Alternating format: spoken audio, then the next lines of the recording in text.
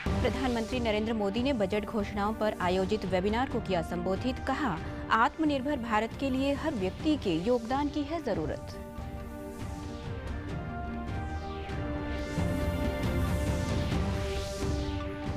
उप मुख्यमंत्री ने कहा, सरकार आंदोलनकारी किसानों से बातचीत के लिए तैयार। गतिरोध का हल केवल वार्ता से ही संभव।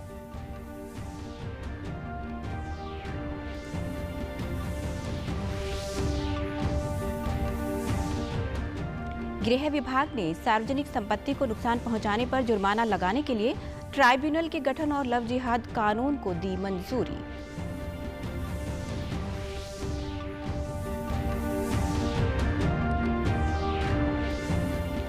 और कोविड-19 वैक्सीनेशन के तहत कुरुक्षेत्र में किया गया टीकाकरण। फ्रंटलाइन वर्कर्स ने कहा, कोरोना महामारी को मात देने के लिए वैक्सीन लगवाना है जरूरी। नमस्कार, मैं सारिका शर्मा। अब समाचार विस्तार से। प्रधानमंत्री नरेंद्र मोदी ने आज देश की अर्थव्यवस्था पर काफी महत्वपूर्ण बातें कही। बजट में किए गए प्रावधानों का जिक्र करते हुए प्रधानमंत्री ने कहा कि इस बजट में देश के वित्तीय क्षेत्र के लिए काफी महत्वपूर्ण कदम उठाए गए हैं। इसके तहत हम निजी क्षेत्र को पहले की अपेक्षा और मजबूत बनाएंगे। साथ ही निजी और सरकारी क्षेत्र मिलकर देश के विकास के लिए काम करेंगे। कदम उठाए गए हैं, बैंकिंग हो, नॉन बैंकिंग हो या फिर इंश्योरेंस हो, फाइनेंशियल सेक्टर से जुड़े हर पहलू को मजबूत करने के लिए एक रोड मैप इस बजट में हमने प्रस्तुत किया है। पब्लिक सेक्टर से जुड़े संस्थानों को हम ताकतवर बनाएंगे और कैसे बनाएंगे, प्राइवेट सेक्टर के पार्टिसिपेशन का विस्तार कैसे करेंगे, इसकी भी एक झलक इस बजट में आप देखते हैं। अब बजट के बाद ये संवाद इसलिए अहम है क्योंकि पब्लिक और प्राइवेट दोनों को ही मिलकर इन सारी बातों को आगे ले जाना है। प्रधानमंत्री ने कहा कि देश के आर्थिक क्षेत्र को लेकर सरकार का दृष्टिकोण बिल्कुल साफ है। उन्होंने हर क्षेत्र में किए जा रहे सुधारों पर भी अपनी बात कही।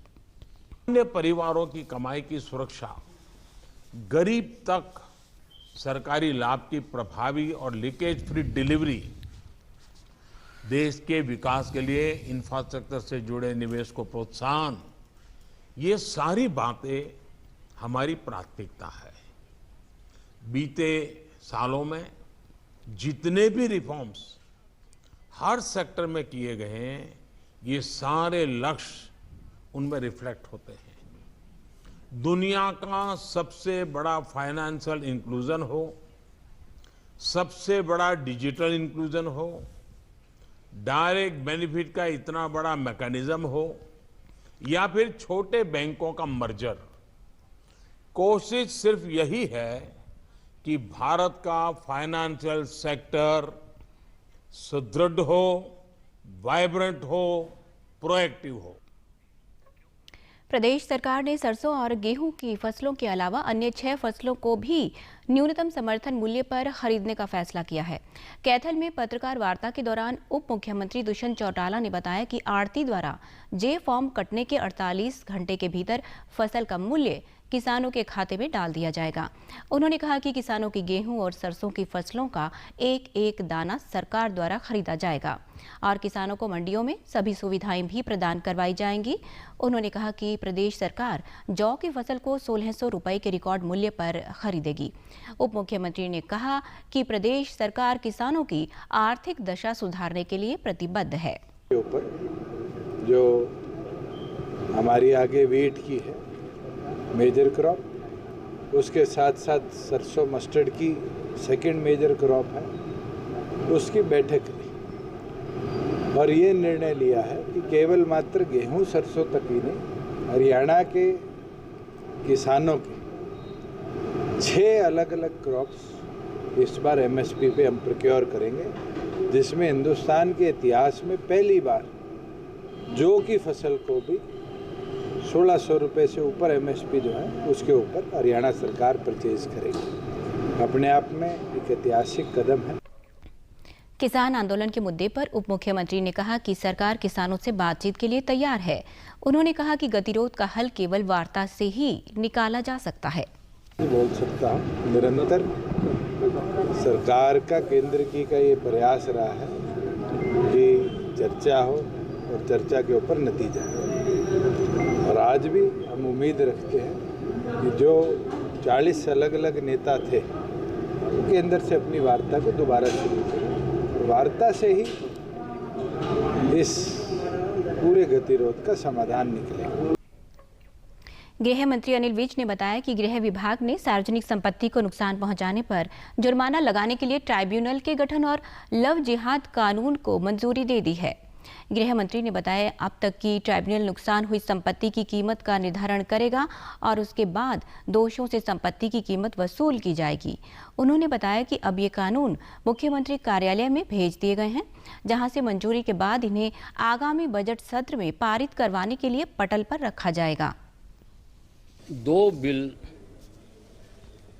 एक damage to public and private property bill और दूसरा लव जिहाद पर बिल, दोनों हमने अप्रूव करके भेज दिए और इस बजट सत्र में पेश करके उनको पास करवाने की कोशिश की जाएगी। प्रॉपर्टी लॉस में उसमें हमने ट्रिब्यूनल बनाने के लिए कहा है और ट्रिब्यूनल असेस करेगा और अंडर लैंड रेवेन्यू एक्ट वो जो भी उसके लिए दोषी होगा, जहां उस धरना प्रदर्शन को, जुलूस को जिसने ऑर्गेनाइज किया होगा, उससे रिकवर किया जाएगा।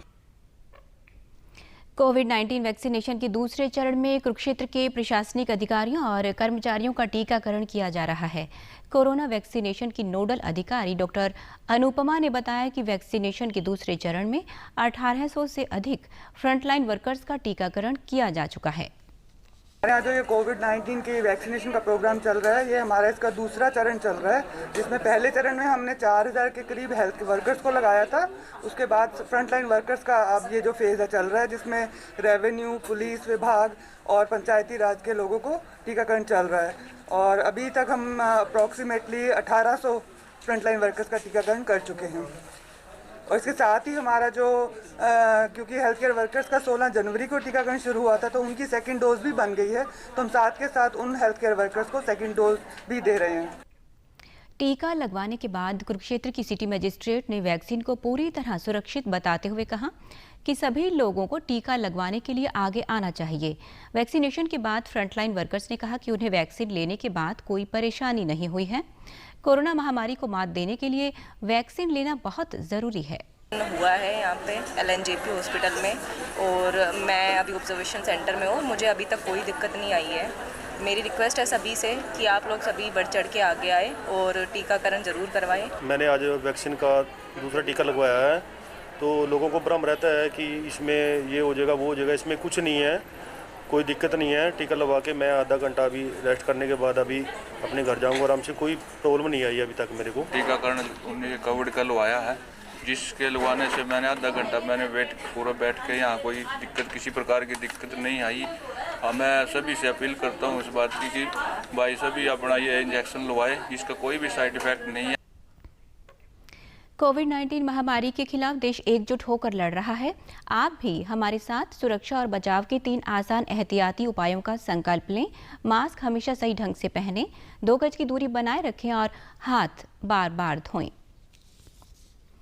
मुख्यमंत्री मनोहर लाल ने हरियाणा उद्यम एवं रोजगार नीति 2020 में प्रस्तावित विनियामक सुधारों को प्रभावी तरीके से लागू करने के लिए आज हरियाणा उद्यम प्रोत्साहन नियम 2016 में संशोधन करने के एक प्रस्ताव को मंजूरी प्रदान कर दी है। प्रस्तावित संशोधित नियम अब हरियाणा उद्यम प्रोत्साहन नियम 2021 कहे जाएंगे। सरकारी प्रवक्ता ने बताया कि प्रस्तावित संशोधन के बाद सूक्ष्म, लघु और मध्यम उद्यमों को 15 दिनों के भीतर सभी आवश्यक व्यावसायिक मंजूरी दे दी जाएगी। इससे अधिक समय होने पर हरियाणा उद्यम प्रोत्साहन केंद्र पोर्टल पर स्वचालित डीम्ड क्लियरेंस का प्रावधान होगा। इसके अलावा किसी व्यवसाय को शुरू करने की तारीख से 3 साल की अवधि तक कोई निरीक्षण नहीं किया जाएगा। केंद्र सरकार द्वारा 27 फरवरी से 2 मार्च तक इंडिया टॉय फेयर 2021 का आयोजन किया जाएगा, जिसमें पंचकुला के निजी विद्यालयों के छात्रों का भी चयन किया गया है। विद्यालय की प्रधानाचार्य गुलशन कौर ने बताया कि 27 फरवरी को बच्चों द्वारा तैयार किए गए खिलौनों को प्रदर्शित किया जाएगा। उन्होंने कहा कि बच्चे खेल खेल में बच्चे बहुत कुछ सीख सकते हैं, जिसे हम कहते हैं या खेल के माध्यम से पढ़ाना। हमारा मंतव्य है कि खेल खिलौनों के माध्यम से सीखा हुआ आजीवन याद रहता है। इसलिए चाहे वो LKG क्लास हो या जैसे बच्चे बड़े होते हुए बड़ी क्लासेस में जाते हैं, खेल का माध्यम सबसे सरल माध्यम है बच्चों को शिक्षा ग्रहण कराने में। तो जब ये टॉयकाथॉन या टॉय फेयर का जब प्रधानमंत्री जी की तरफ से ये इनिशिएटिव लिया गया, तो हमारे स्कूल ने इसमें बढ़ चढ़कर प्रतिभागिता करने का निश्चय किया, क्योंकि हम खेल खिलौनों के साथ ये पढ़ाना, शिक्षा देना हम शुरू से ही करते आए। प्रतिभागी छात्रों ने बताया कि टॉय फेयर में प्रदर्शनी के लिए उन्होंने ऐसे खिलौनों को तैयार किया है जिनसे मनोरंजन के साथ साथ बहुत कुछ सीखने को भी मिलेगा। बनाया है जिसका नाम है मैजिक क्ले। ये उन खिलौनों से बिल्कुल अलग है जिनके आज बच्चे खेलते हैं। इस खिलौने में बच्चों को अपनी आंखें बंद करके पहचानना है कि ये कौन सा खिलौना है और फिर उसको उसके स्थान पर रख देना है। एक बार जब उसको उसके स्थान पर रखते हैं, उनको उसके बारे में पढ़ना है। इससे उनकी राष्ट्रीय चिन्हों को लेकर जानकारी बढ़ती है। इनका नाम कैलकुलेशन हाउस ही है। ये नॉर्मल तंबोला की तरह ही है, बस फ़र्क ये है कि नॉर्मल तंबोला में हम नंबर्स बोलते हैं और इस गेम में हम इक्वेशन बोलते हैं। जो भी हमारे साथ खेल रहा होता है वो उस कैलकुलेशन को मेंटल मैथ्स से सॉल्व करके अपनी स्लिप पे जो नंबर है वो काट देता है। पेरेंट्स ऑफ इंडिया ये एक चित्र पुस्तिका है जो हमें हमारे इतिहास के बारे में बताने में बहुत सहायक सिद्ध है। इसमें हम अपने मन चाहे रंग और चित्र और दृश्य जोड़ सकते हैं। इसमें हम हमारे देश के महानायक और नायिकाओं के बारे में बहुत सारी जानकारियाँ जान सकते हैं, जैसे उनकी जीवन स्थिति, उनकी जीवन तिथि, उनका जीवन स्थल और उनके जीवन काल, जो कभी याद करना हमारे लिए बहुत दुविधा की बात थी। अब खेल खेल में ही हम उन्हें अच्छी तरह याद कर सकते हैं। प्रदेश से जुड़ी खबरों को विस्तार से जानने के लिए आप हमारे साथ फेसबुक, ट्विटर और यूट्यूब के माध्यम से भी जुड़ सकते हैं। हमसे जुड़ने के लिए आप हमारे सोशल मीडिया हैंडल को फॉलो कर सकते हैं। प्रधानमंत्री मातृत्व वंदना योजना के तहत आज फतेहाबाद में महिलाओं के लिए जागरूकता शिविर का आयोजन किया गया, जिसमें महिलाओं को योजना के बारे में जानकारी के साथ पोषण संबंधी जानकारी भी दी गई। महिला बाल विकास अधिकारी लता रानी ने बताया कि शिविर के दौरान योजना के लिए महिलाओं का रजिस्ट्रेशन भी किया गया। उन्होंने कहा कि गर्भावस्था के दौरान दी जा रही प्रोत्साहन राशि से महिलाएं पौष्टिक आहार लेने के साथ साथ अपने स्वास्थ्य का ध्यान भी रख सकती हैं। रजिस्ट्रेशन समय अनुसार जब वो रजिस्ट्रेशन करवाती हैं तो उनको 1000 रुपया मिलता है और उसके बाद वो अपना चेकअप करवाती हैं। 2 बार चेकअप हो जाता है उनका, तो उसका फिर वो टाइमली अगर चेकअप करवाती हैं तो 2000 रुपया उसका दिया जाता है। और उसके बाद डिलीवरी होने के बाद इंस्टीट्यूशनल डिलीवरी करवाती हैं वो, और बच्चा होता है, बच्चे का जन्म प्रमाण पत्र बनवाती हैं।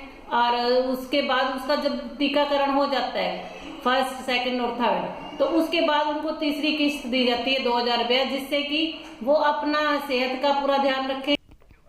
योजना का लाभ उठा रही महिलाओं ने बताया कि योजना के तहत 3 किश्तों के माध्यम से उनके खाते में 5000 रुपए की राशि प्रदान की गई है। उन्होंने बताया कि इस प्रोत्साहन राशि से उन्हें पौष्टिक आहार खरीदने में काफी मदद मिली है। पहली गुड़िया के जन्म पे मेरे को प्रधानमंत्री योजना से काफी मतलब कि फायदा हुआ। जैसे 5000 रुपीज सरकार की तरफ से दिए गए थे, जो कि इंस्टॉलमेंट के रूप में मिले थे मेरे को। जैसे first time 1500 and second time 2000 and 1500। प्रधानमंत्री योजना ने हमें जो दिया 2000 रुपया, उसका हमने अपने ऊपर लगाए। जैसे हमने फ्रूट खाए, जूस पिए, और हमारा उसके कारण हमारा खून भी सही रहा और हमारी सेहत भी सही रही। फर्स्ट किस्त मिलती है, रजिस्ट्रेशन आंगनबाड़ी में हमने करवाना होता है। और जो सेकंड मिलती है वो 6 महीने के तहत मिलती है, जो कि अपने लेडीज अपने हेल्थ की केयर कर सके। और जो लास्ट में मिलती है वो बेबी के ब्रथ पर मिलती है, ताकि बेबी का ध्यान रखा जा सके। ये गर्भवती स्त्रियों को लिए जो प्रधानमंत्री ने ये योजना शुरू की है, इसका हम बहुत बहुत धन्यवाद करते हैं। 3 महीने के अंदर पंजीकरण करवाया था, जिस पर मुझे 1000 रुपये किस्त मिली थी। उसके बाद मैंने 9 महीने तक प्रसव जांच जो होती है 4 जांचें करवाई थी, तो उसके लिए मैंने बाद में दूसरी किस्त मतलब अप्लाई की थी, तो उस पर मुझे 2000 रुपये फिर मिले थे। और बाद में जब मेरी डिलीवरी हॉस्पिटल में हुई थी फतेहाबाद में सिविल हॉस्पिटल में, मुझे 2000 रुपये की दोबारा किस्त मिली थी। डिजिटलाइजेशन भारत मिशन को आगे बढ़ाने की पहल करते हुए हरियाणा देश का 16वां ऐसा राज्य बन गया है जहां विधानसभा के विधायी कार्यों को कागज रहित बनाने के लिए शुरुआत करने के लिए एक त्रिपक्षीय समझौता ज्ञापन पर आज हस्ताक्षर किए गए। विधानसभा अध्यक्ष ज्ञानचंद गुप्ता की अध्यक्षता में हुई बैठक के दौरान उन्होंने कहा कि प्रदेश सरकार ई विधानसभा अवधारणा को लागू करने के लिए प्रयासरत है। कोविड-19 के चलते आज उस कड़ी में हम आगे बढ़े हैं। उन्होंने बताया कि एक समझौते के तहत केंद्रीय संसदीय कार्य मंत्रालय 3 वर्ष तक इस योजना को पूरा करने के लिए विधानसभा के कर्मचारियों के साथ साथ IT सेल से जुड़े कर्मचारियों के लिए प्रशिक्षण कार्यक्रम चलाएगा। अंत में इस बुलेटिन के मुख्य समाचार एक बार फिर। प्रधानमंत्री नरेंद्र मोदी ने बजट घोषणाओं पर आयोजित वेबिनार को किया संबोधित। कहा, आत्मनिर्भर भारत के लिए हर व्यक्ति के योगदान की है जरूरत।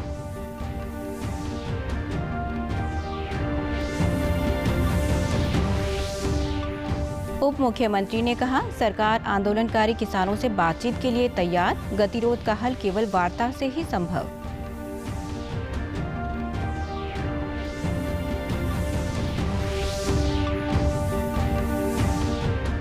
गृह विभाग ने सार्वजनिक संपत्ति को नुकसान पहुंचाने पर जुर्माना लगाने के लिए ट्राइब्यूनल के गठन और लव जिहाद कानून को दी मंजूरी।